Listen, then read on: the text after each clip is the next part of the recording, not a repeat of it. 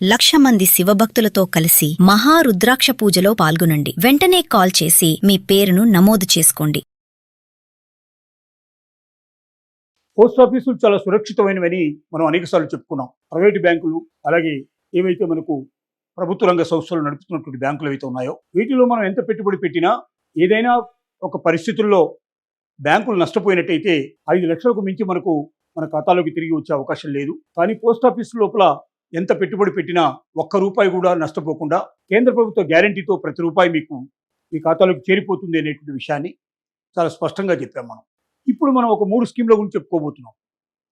ఈ 3 స్కీమ్ల ద్వారా పోస్ట్ ఆఫీసులో అత్యధికమైనటువంటి లాభాలను మనం గడించే అవకాశం ఎట్లా ఉంది, మనం ఒకసారి పెట్టుబడి పెట్టి వదిలేసినట్టయితే మనకు ఎంత లాభం వచ్చే అవకాశం ఉంటుందనే విషయాన్ని దీని ద్వారా మనం ధృవీకరించుకునే ప్రయత్నం మనం చేద్దాం.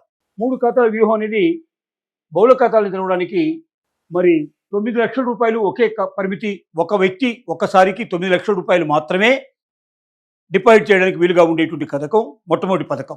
15 లక్షల వరకు ఇద్దరు కలిసి జీవిత భాగస్వామితో కలిసి ఓపెన్ చేసే పద్ధతి రెండో పద్ధతి. మూడవ పద్ధతి ఇలా కాకుండా సీనియర్ సిటిజన్స్ కానీ, మ్యూచువల్ ఫండింగ్ కానీ, లేక అనేక ఇతర మార్గాల ద్వారా ఒకేసారి ₹2,20,000 ప్రతి నెల ఆదాయం వచ్చేటట్టుగా 3 కోట్లకు మించి పెట్టుబడి పెట్టేటువంటి పద్ధతి మూడో పద్ధతి.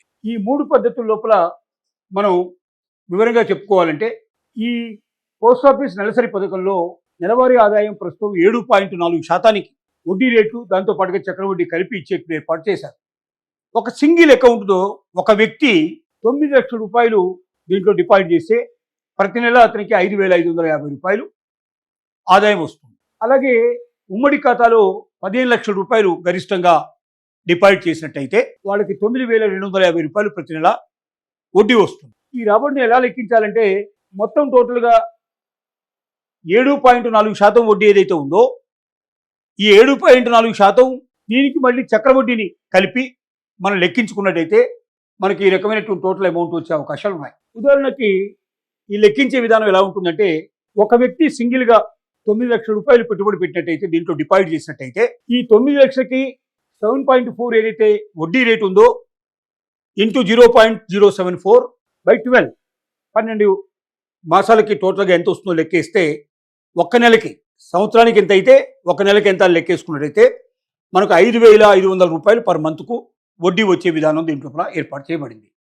అలాగే ₹15 లక్షల పెట్టి ఉమ్మడిగా జీవిత భాగస్వామితో కలిసి అకౌంట్ ఓపెన్ చేసినట్టయితే 15 లక్షలు ఇంటూ ఇది మొత్తం టోటల్గా సంవత్సరానికి వచ్చేటువంటి వడ్డీ కాబట్టి ఒక నెలకి దీన్ని తీసినట్టయితే 0.074/12 తోటి మనం చేసినట్టయితే ₹9,1250 మనకు పర్ మంత్ దీంట్లో వస్తుంది. ₹9,250 నెలకు సంపాదించే అవకాశం దీంట్లో ఉంది. ప్రతి నెల ఇంట్లో కూర్చుంటే మనకి డబ్బు వస్తుంది. ఇది కాకుండా 2.2 లక్షల ఆదాయాన్ని ప్రతి నెల పొందాలి అంటే ఏం చేయాలి?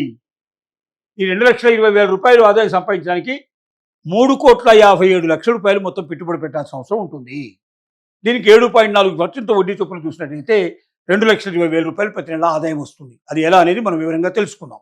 దీంట్లో ఖాతా నెంబర్ 1లో ₹9 లక్షల ఒకే ఖాతాను తెరిచినట్టయితే, ఒక వ్యక్తి మాత్రమే ఉండి ఖాతా తెరిచినట్టయితే ప్రతి నెల అతనికి వచ్చేటువంటి ఆదాయం 5,000 చిల్లర మనం ఇంతకు ముందే చూపించాం. అలా కాకుండా ఇద్దరు కలిసి జీవిత భాగస్వామితో కలిసి ₹15 లక్షల పెట్టుబడి పెట్టినట్టయితే, దీంట్లో డిపాజిట్ చేసినట్టయితే ప్రతి నెల వాళ్ళకి 9,000 చిల్లర దాంట్లో వచ్చేటట్టుగా మనం ఇందాకనే మనం చూసాం.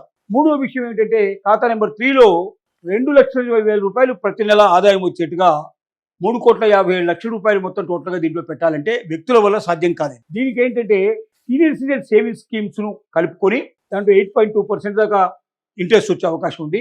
ఇది కాకుండా కార్పొరేట్ డెట్, మ్యూచువల్ ఫండ్స్ వంటి సురక్షితమైన అధిక పరిమితి గల ప్రత్యామ్నాయాల్లో పెట్టుబడి పెడితే ఈ ₹2,20,000 వచ్చే అవకాశం ఉంది. దీంట్లో పోస్ట్ ఆఫీసు దీనికి తగినటువంటి సమాచారాన్ని మనకు అందిస్తుంది.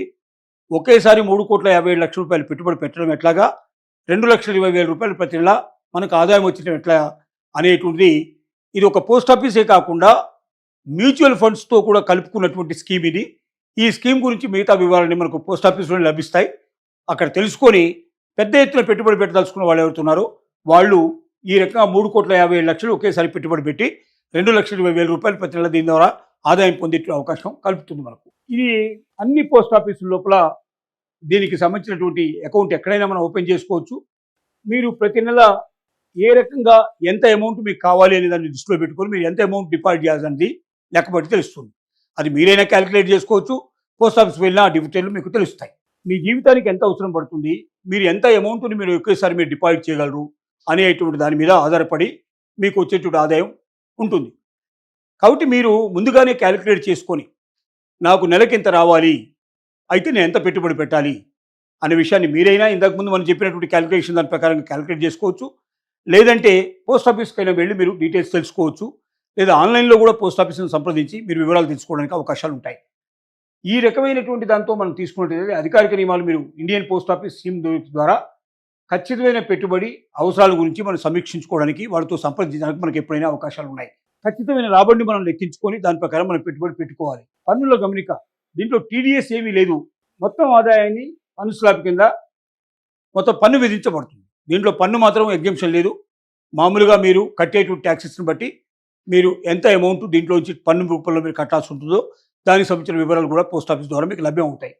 ఏది ఏమైనప్పటికీ బ్యాంకులతో పోల్చుకున్న మిగిలినటువంటి కొన్ని మనకు స్కీములతో పోల్చుకున్న పోస్ట్ ఆఫీస్ స్కీములు చాలా మన్నికైనవి, చాలా నమ్మకమైనవి. 100% మన డబ్బు మనకు తిరిగి వస్తుంది. మనం పెట్టిన పెట్టుబడి మనకు వస్తుంది. దాంతోపాటుగా వడ్డీ కూడా మనకు వస్తుంది.